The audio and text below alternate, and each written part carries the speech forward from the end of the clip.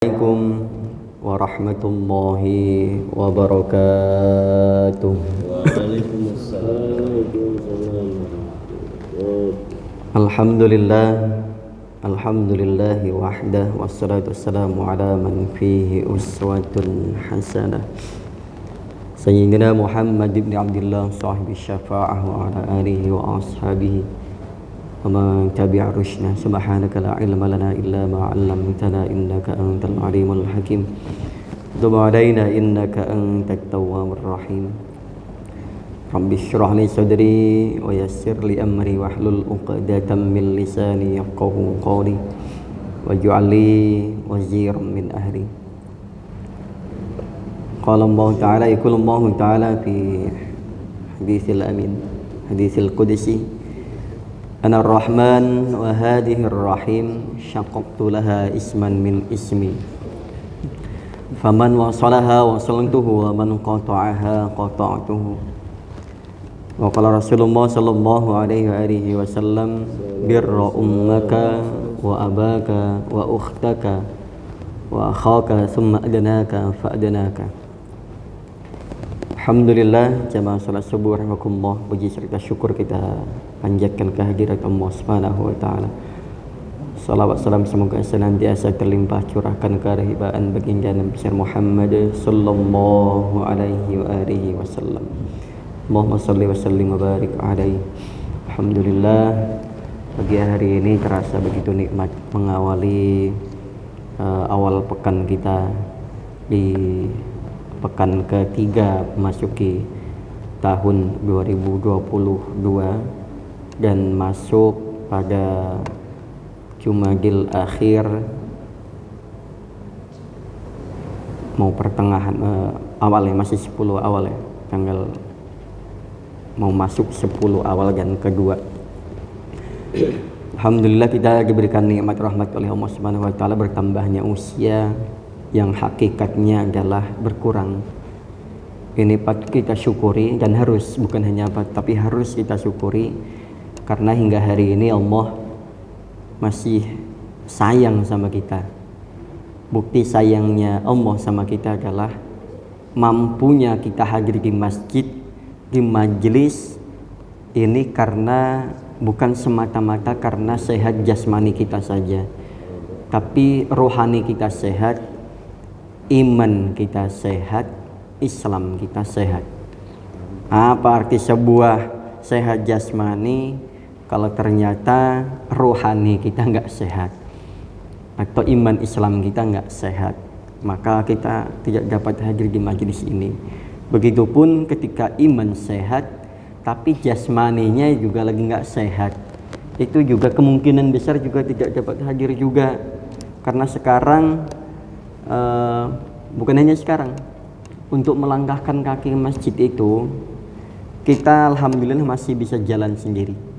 Tidak ada yang dipanggul, tidak ada yang digotong, tidak ada yang dipikul, tidak ada yang dituntun. Meskipun sebagian kita ada yang sebagian memakai tongkat, menggunakan kendaraan dari rumah. Alhamdulillah, ini fasilitas yang Allah berikan kepada kita untuk mempermudah ibadah kepada Allah Subhanahu wa taala. Bab hukukul walidain wal walad. Kemarin hukukul aqarib ar-rahim, hak-hak walidain kedua orang tua, wal walad dan anak. Hak orang tua dan anak, hak orang tua kepada anak dan hak anak kepada kedua orang tua. Kita bersyukur oleh kenapa kita masih diberikan oleh Allah orang tua, meskipun sebagian kita orang tua kita masih ada dan sebagiannya ada yang sudah meninggal, ada yang salah satunya sudah wafat, salah satunya masih hidup. Ini keramat kita. Ada hak-hak yang harus kita tunaikan. Yang pertama berkaitan dengan masalah menyambung silaturahim. Allah sampaikan, Ana ar-Rahman wa hadhihi ar-Rahim syaqqaqtu laha isman min ismi faman wasalaha wasaltuhu wa man qata'aha qata'tuhu. Karena kita hubungan kepada orang tua juga harus kita sambung. Ini hubungan yang paling utama.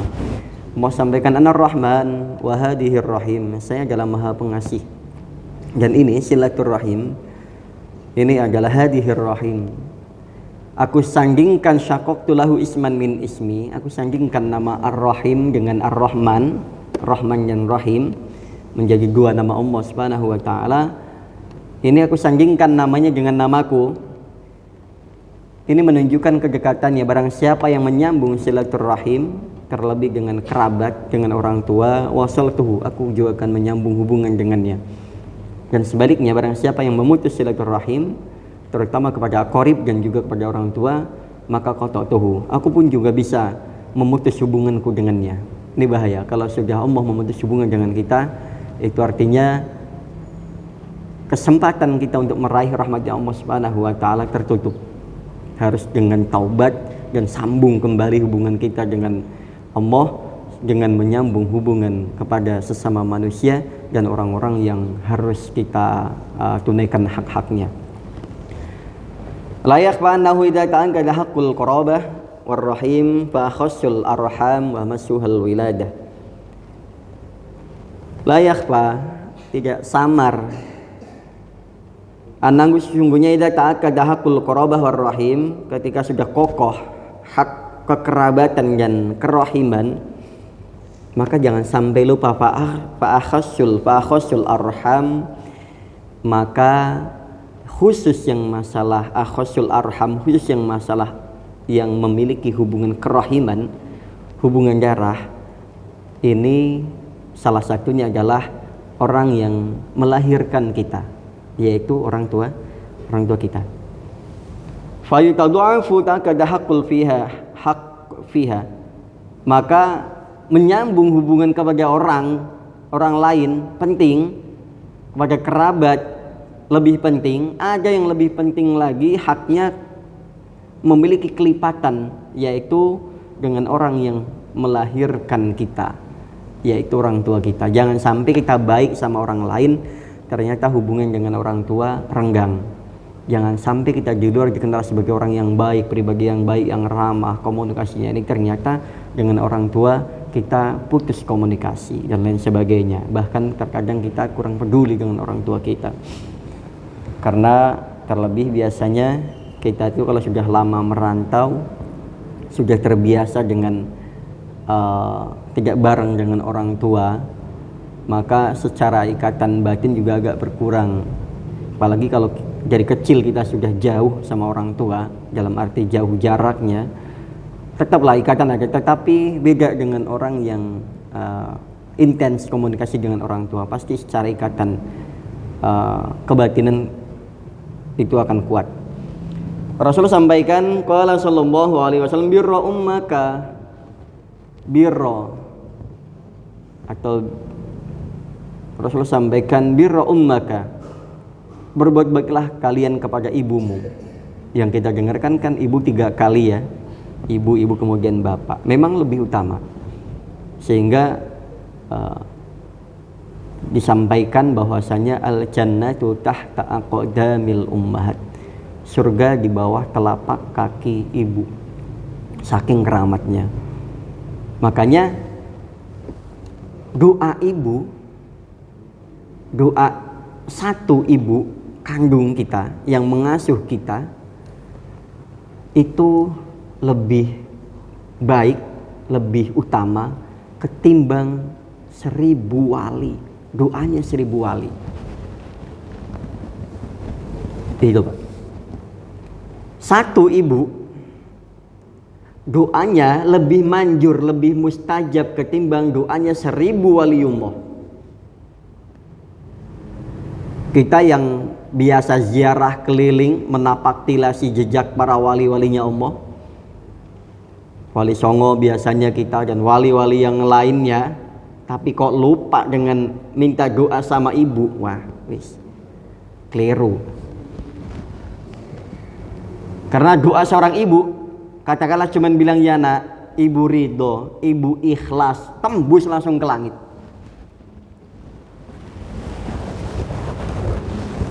Nggak bisa disepelekan. Makanya lebih baik daripada doanya 1000 wali bahkan sekalipun. Wali mendoakan kita memang gak ada hubungan sama kita, karena kedekatannya dengan Allah. Tetapi orang tua kedekatan dengan Allah, kedekatan dengan kita. Buktinya kenapa? adanya kita adalah anugerah dari Allah yang dititipkan di rahim orang tua kita lahir. Ada koneksi antara kita dengan Allah, yaitu sinyalnya melalui orang tua kita. Tuh. Jadi kalau wali itu karena kedekatannya dengan Allah secara personal, pribadi, hubungan vertikalnya, tapi orang tua ini bukan hanya dekat dengan Allah Subhanahu wa taala, wakilnya loh. Karena beliau yang diamanahkan, nih loh, saya amanahkan. Berarti artinya ada apa? Ada koneksi dengan Allah Subhanahu wa taala sehingga lahirnya kita ini terlebih memiliki kerahiman kita yang melahirkan kita. Makanya sebelum minta doa orang lain, minta doa orang tua dulu kalau mau ada hajat atau apapun. Dan bagus setiap ketemu sama orang minta didoakan. Pak, tolong doakan saya. Mas, tolong doakan saya. Saya ada hajat, saya ada perlu, atau saya sedang kurang bagus dan lain sebagainya, atau saya lagi ada proyek dan lain sebagainya. Maka tapi utamakan minta doa sama orang tua terlebih dahulu. Kemudian siapa setelah ibu? Wa abaka, kemudian ayahmu. Setelah ayah kemudian siapa? Wa ukhtaka, kemudian saudarimu. Kemudian wa akhaka, kemudian saudaramu. Yang perempuan, bahkan yang perempuan itu mengikuti jejaknya seorang ibu. Sampai saudara laki-laki dan saudara perempuan, Rasul menyampaikan wa ukhtaka, saudarimu dulu, kemudian saudaramu. Kalau katakanlah kita mau sedekah, kalau boleh dilebihkan, maka yang perempuan dilebihkan ketimbang yang laki-laki. Kenapa? Secara kemampuan fisik saja sudah berbeda. Laki-laki mampu menghasilkan 10 poin misalkan, wanita belum tentu. Biasanya di bawah itu, dan rata-rata memang laki-laki lebih kuat secara fisik dan memiliki kelebihan itu. Makanya Rasulullah sampaikan dalam hal bir ini, maka utamakan ibu, bapak, kemudian saudarimu, kemudian saudaramu, summa adnaka fa'naka, kemudian yang lebih rendah secara statusnya itu bisa jadi adik berikutnya atau paman, om atau pak dan sebagainya. Maka itu setelah yang disebutkan tadi Rasulullah, kemudian di bawahnya secara levelnya itu. Kalau rajulnya Rasulullah, bagaimana ketika orang tua kita sudah tiada? Seorang laki-laki bertanya pada Rasulullah, hal baqiya alayya min birri abawayya syai'un abarruhuma bihi ba'da wafatihima ya Rasulullah. Bagaimana kalau orang tua saya sudah meninggal keduanya? Hal baqiya alayya min birri abawayya, apakah masih tersisa atau masih bisakah, ada kesempatankah saya untuk berbuat baik kepada mereka? Bukankah dikatakan bahwasanya setelah orang itu meninggal putus amalannya? Berarti kan udah putus. Loh, untuk anak nggak ada putusnya. Bagi seorang anak, orang tua meninggal itu nggak ada putusnya. Sudah meninggal pun kesempatan kita untuk berbakti itu masih ada, masih bisa, dan masih selalu terbuka. Rasulullah sampaikan setelah ditanya, bagaimana ya Rasulullah setelah wafatnya mereka berdua, apakah kita masih bisa, seorang anak ini masih ada kesempatan untuk birrul walidin kepada kedua orang tua? Rasulullah sampaikan na'am, oh bisa. Bagaimana ya Rasulullah? As-salatu alaihima wal istighfaru lahuma, yaitu mendoakan keduanya, wal istighfaru lahuma, dan memintakan ampun untuk keduanya. Walaupun sudah wafat, sudah meninggal. Artinya putusnya amalan kedua orang tua, tidak ada putus amalan yang bisa dilanjutkan oleh anak. Ini masih wa infadu ahdihima wa ikramu sadiqihima wa sillatir rahim allati la tusallu illa bihima, dan tunaikanlah janjinya. Barangkali orang tuamu dulu pernah berjanji atau punya nazar yang belum tertunaikan. Contoh misalkan kita dulu pernah berjanji ketika semasa hidupnya, misalkan contoh saya pengen ikut membangun masjid, ikut andil dalam pembangunan masjid. ternyata baru ngomong begitu udah janji nih, misalkan saya sanggup, misalkan saya janjinya sanggupnya misalkan sekian, contoh ini secara materi saya sanggup 10 juta misalkan, tetapi baru setengah jalan, misalkan baru setengahnya sudah meninggal, maka ini harus kita tunaikan. Oh ya, dulu ayah saya, nanti bilang sama yang masih hidup sama orang tua yang lain ya, maka tanyakan dulu ayah atau ibu punya janji apa, punya nazar apa, atau punya nazar dengan seseorang, janji dengan seseorang dan lain sebagainya. Maka wa infadu ahdihima, tunaikan janji-janjinya yang belum terlaksana. Ini diantara birrul walidain. Yang kemudian wa ikramu sadiqihima, dan muliakanlah kawan orang tua kita. Ini penting Pak, karena setelah wafatnya orang tua kita biasanya kalau tidak dilanjutkan oleh kita maka akan putus. Makanya dulu saya secara pribadi itu dulu sering diajak sama orang tua itu kalau hari raya Idul Fitri kita memiliki kebiasaan silaturahim itu keliling sampai seminggu full sampai seminggu, jalan kaki dulu sejauh apapun jalan kaki semasa kecil saya, tapi happy aja, jauh kadang sampai berkilo-kilo jaraknya, jalan kaki enjoy aja. Dan yang pasti berangkat lapar pulang kenyang, itu udah pasti, karena setiap kali ke rumah orang nggak ada istilahnya nggak makan, harus makan. Di sana itu udah ada menjadi adat kebiasaan Idul Fitri itu setiap yang ke rumah harus makan. Justru kalau nggak makan, tuan rumah seperti merasa tersinggung. Pokoknya harus makan apapun itu.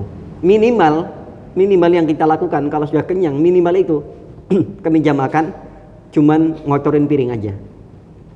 Saking hormatinya orang tuan rumah, karena orang tuan rumahnya nggak di tempat meja makan, di sana makan, ditunjukin ruang tempat makannya, setelah itu pergi entah kemana, entah di ruang tamu, entah di mana. Tapi kita kadang suka cuman berisikin cuman mainin sendok garpu aja di piring, kadang cuman dikasih kuah, saking udah kenyangnya, saking hormatinya, kadang cuman satu suapan, saking hormatinya. Nah ini banyak yang ternyata setelah akhir-akhir ini saya sering tanya sama bapak ibu, kok sering diajak silaturahim ke sana, itu saudara dari siapa? Ternyata nggak ada hubungan darah, nggak ada ternyata. Setelah dijawab itu teman gitu, bilangnya memang saudara, karena orang sana itu paling senang jago saudara gitu.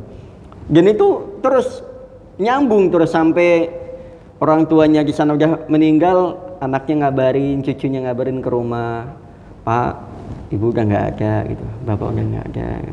Oh ya, langsung sana, takziah ke sana, nyambung terus.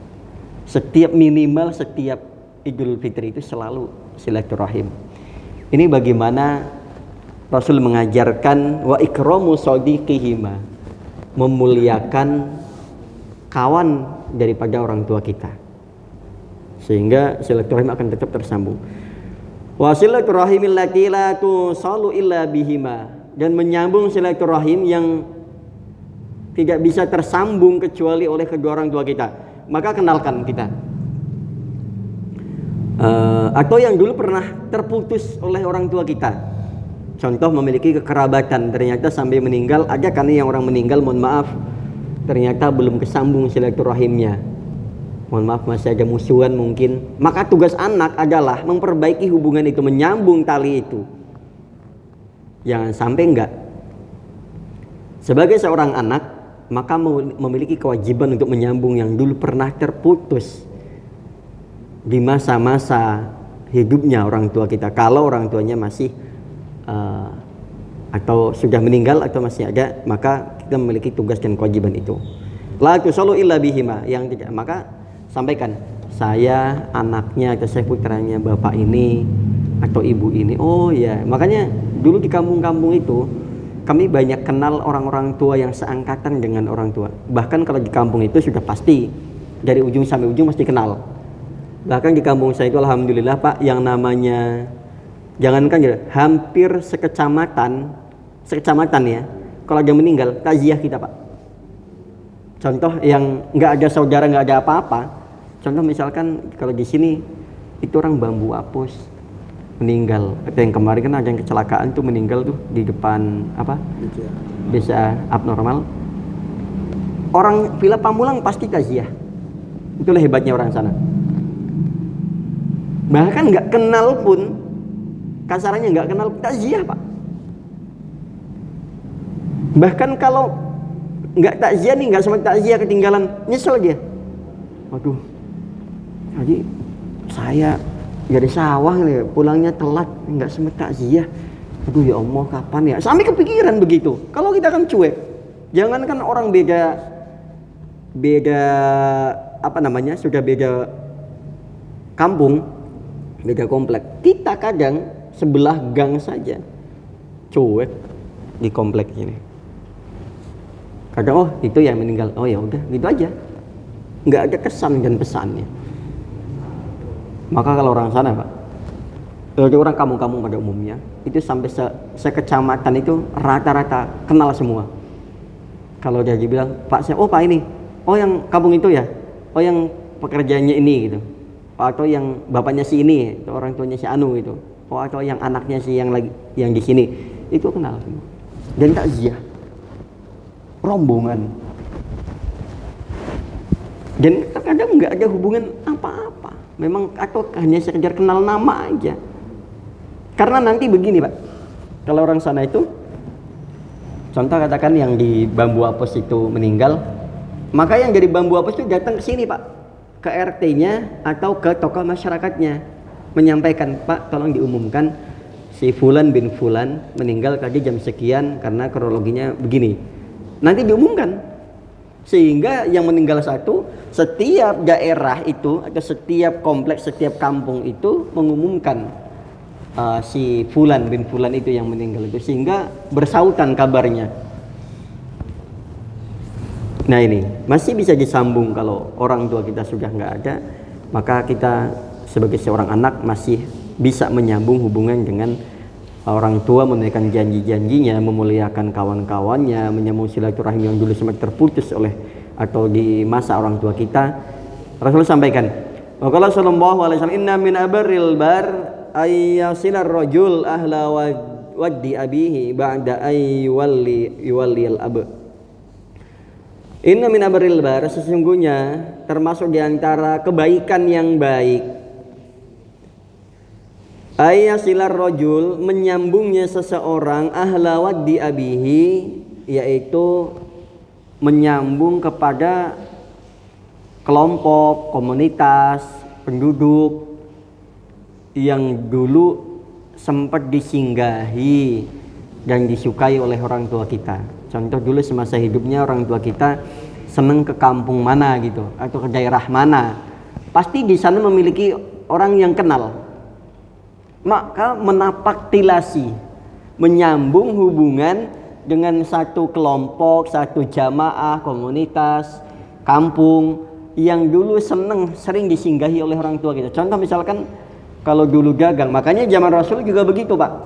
Zaman Rasul itu kan ketika ada dua musim, musim panas dan musim dingin, ya kan? Rihlatas syita'i was shaib, musim panas, musim dingin. Kalau musim panas itu ke Syam, nah dagang, makanya sampailah dagang itu dilanjutkan dengan pamannya Nabi namanya Abu Thalib, terus dilanjutkan oleh Nabi itu sendiri ketika membawa dagangan punya Sayyidatina Khadijah, saudagar.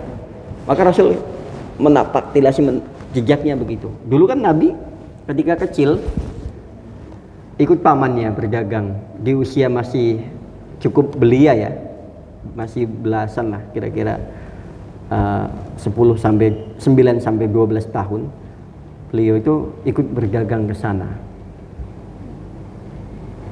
Makanya jiwa dagangnya beliau melekat, jiwa kepemimpinnya, jiwa dagangnya, usaha dan lain sebagainya, beliau sangat sukses. Makanya langsung dipercaya menjadi orang kepercayaannya Sayyidatina Khadijah yang memiliki kekayaan hampir separuhnya penduduk Mekah, hampir-hampir. Nah ini menyambung ahla wadi abihi ba'da ayyuwalil ab, setelah wafatnya, mangkatnya wafatnya orang tua kita menyambung dengan penduduk atau orang-orang yang pernah dulu wilayah itu disinggahi oleh orang tua kita atau menjadi tempat destinasi wisata orang tua kita atau tempat tujuan usaha orang tua kita. Makanya Rasul setelah dagang kemana-mana, dakwahnya beliau juga karena kenalannya di sana banyak, sehingga aksesnya gampang. Nanti suatu saat kita akan berusaha atau peluangnya, aksesnya itu sudah ada di sana karena dulu ada kenalan orang tua nih di sana. Ada temennya orang tua. Di sana dulu tempatnya orang tua saya usaha. Dulu sempat buka usaha di sana atau banyak relasi di sana. Makanya ini banyak dilakukan oleh orang-orang dari zaman dulu sampai sekarang. Yang sampai pada kisah dulu pernah ada ya, yang orang pernah saya sampaikan, seseorang yang keluarganya jatuh bangkrut ya, jatuh miskin, usahanya kolaps. Itu tidak punya apa-apa, bahkan keluarganya itu sampai tidak bisa makan. Maka dia keingetan dengan dulu orang tuanya pernah usaha bareng dengan saudagar yang ada di kampung sana, maka datengin. Oh iya, dulu kayaknya orang tuaku pernah punya usaha di sana, dan sampai orang tuaku wafat sampai meninggal kayaknya belum sempat dibagi hasil daripada usaha bersama gitu kan. Kan ada usaha bareng gitu kan, saham lah atau apa gitu. Ternyata benar, sampai di sana dikasih roti pulangnya karena nggak mungkin langsung cair, karena biodata kita juga harus dikenalkan. Saya anaknya bapak ini, saya sampaikan lah. Maka nggak langsung cair dong, otomatis si saudagar ini juga harus tahu bahwa ini anak kandungnya apa bukan, atau hanya ngaku-ngaku. Tapi karena memang jujur si saudagar ini, orang kaya ini, kemudian ya udah pulang aja dulu, bawa ini untuk makan anakmu dulu. Pulang bawa bingkisan dari si saudagar itu. Di tengah jalan ketemu dengan seorang ibu dan anaknya sedang kelaparan. Ternyata lebih parah kondisinya.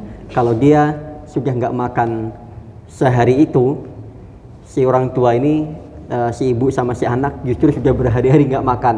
Ternyata lebih parah. Tapi karena sama-sama baiknya, si masnya ini orang baik, ibu dan anaknya juga orang baik, saudagarnya juga baik, maka pasti akan memenuhi hasil yang baik. Tujuannya baik, pasti akan menghasilkan yang baik. Maka dikasihlah bingkisan itu, roti itu dikasih ke orang itu. Senangnya luar biasa.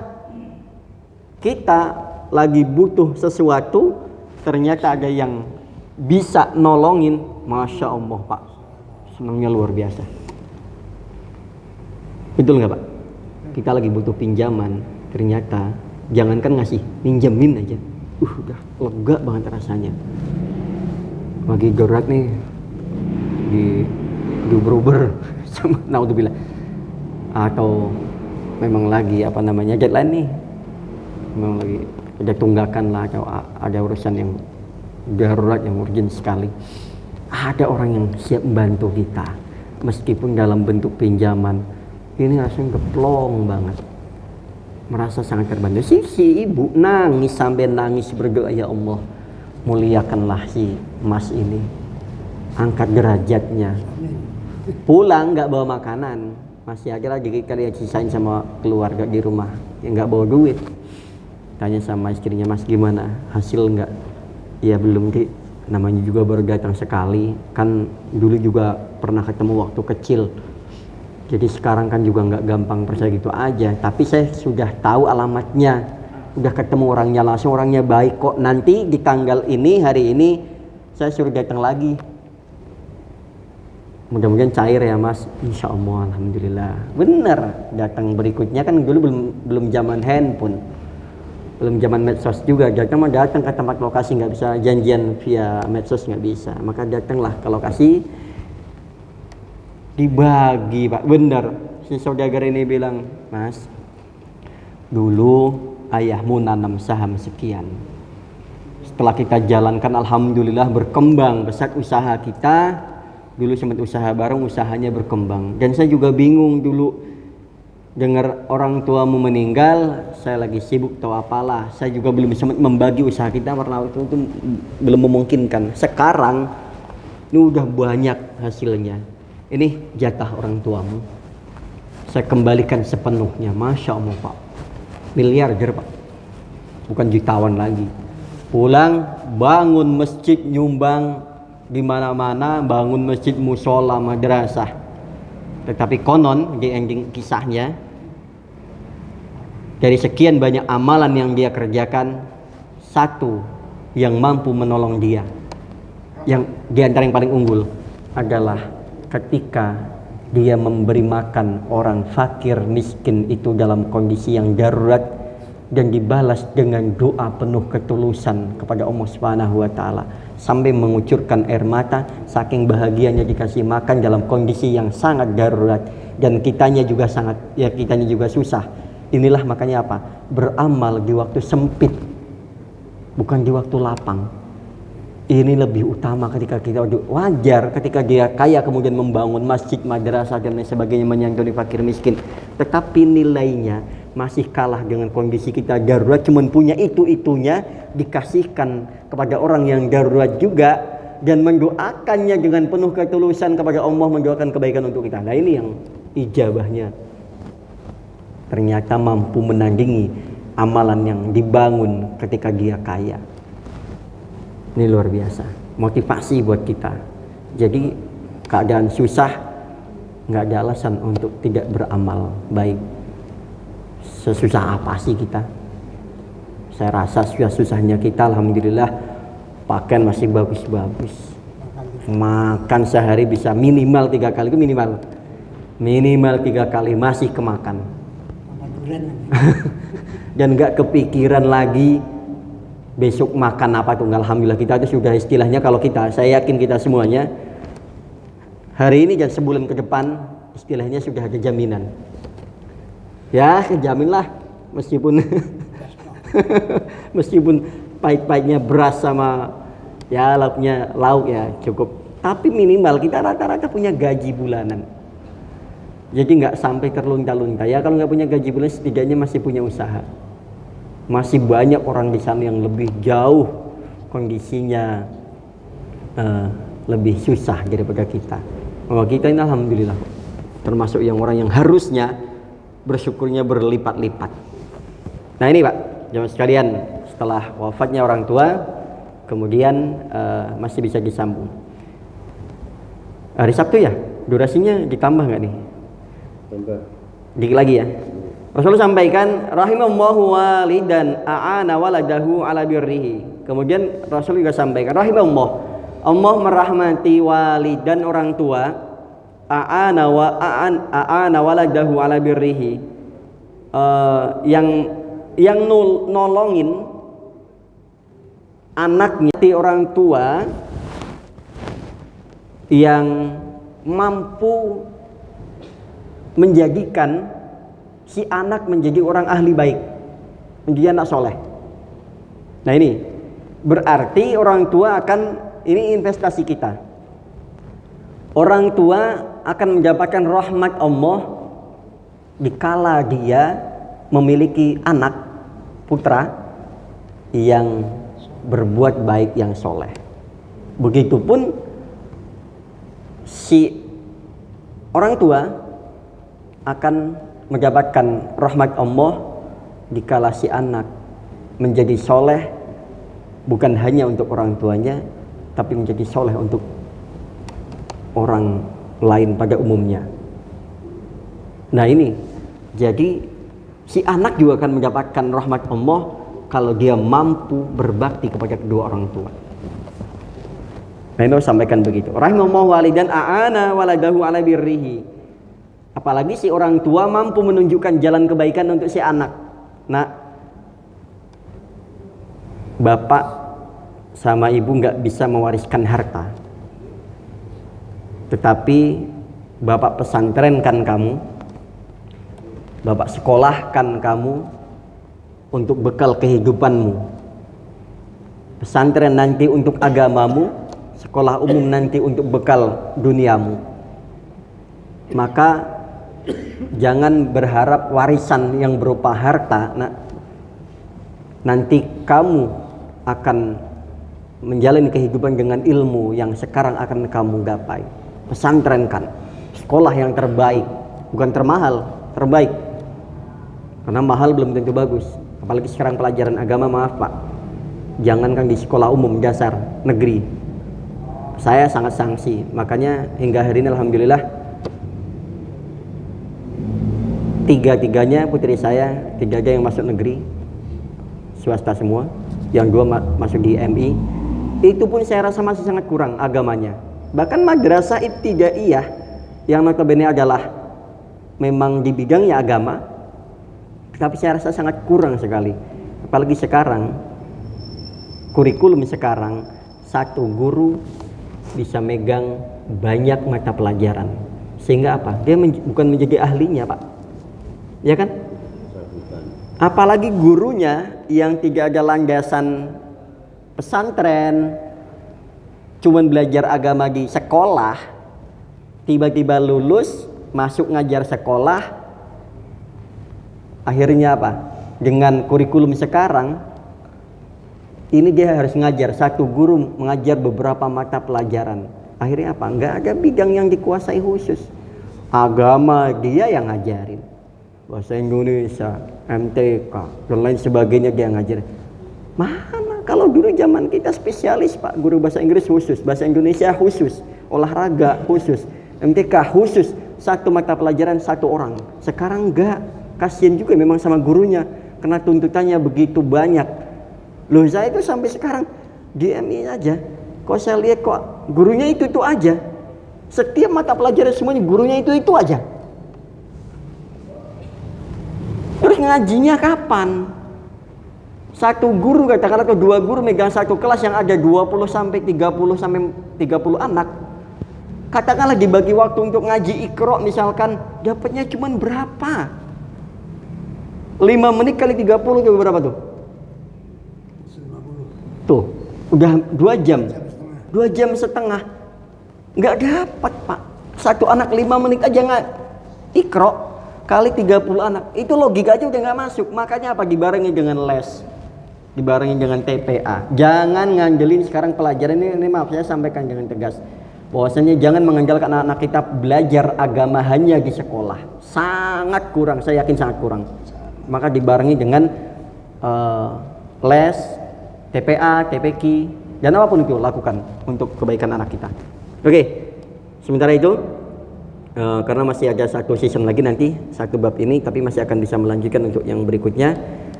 Masih bisa kayaknya saya sekali lagi untuk sampaikan. Baik jamaah sekalian, mohon maaf kalau dalam penyampaian banyak kekurangan, kesalahan, kesilapan. Kepada Allah saya beristighfar, kepada jamaah saya mohon maaf. Dan sebelum tutup dengan doa kifaratul majlis, saya izin ya, hari ini mau berangkat. Saya ada undangan untuk mendoakan khitanan. Sekarang sudah mulai keluar kota ke Serang. Insya Allah nanti Senin saya sudah di sini. Majelis talib saya nggak bisa. Ya, Senin saya mudah-mudahan Senin malam bisa jadi. Makanya saya mohon izin. Ini mau mampir ke Tangerang dulu, ada tindakan sebentar, dan nanti langsung ke Serang. Mohon izin, mohon doanya, ridhonya jadi jamaah sekalian, dan pastinya nitip masjid. Nitip ya Pak Sepuh. Nggih, siap, nanti saya coba karena ada Pak Depri juga nih yang sudah mulai bisa. Enggak tahu nih.